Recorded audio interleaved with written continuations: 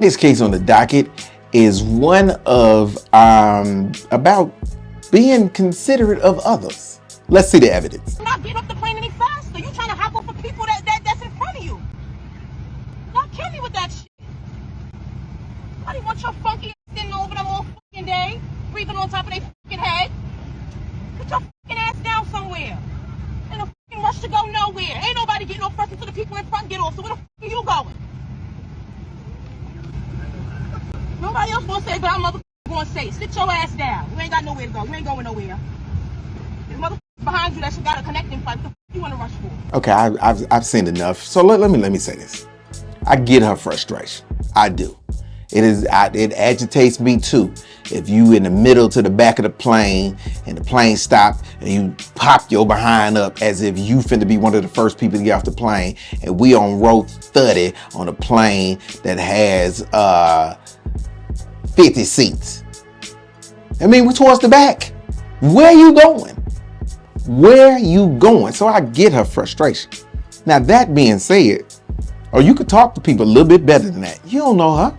What make you think it's okay for you to talk to people the way you talk to people? See what I'm saying? And you picked the right one, because you know, had you said this to a black woman or a black dude, it'd have been popping.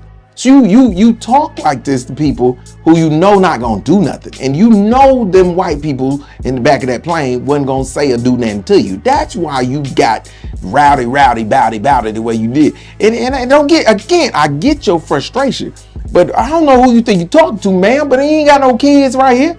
I'm grown, and you not finna talk to me like you ain't got no sense. You ain't got to be cussing at me. You ain't got to be indignant with me. Your frustration can be expressed in a significantly better manner. And we love to talk about Karens. Karen, this real Karen type behavior. Mind your business. You don't work for the airline.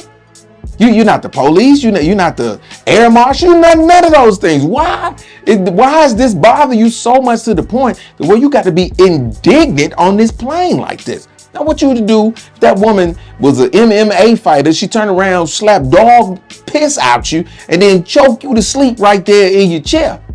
What you to do then? See, because that's one of the misconceptions. Black people think y'all can beat every white person on earth.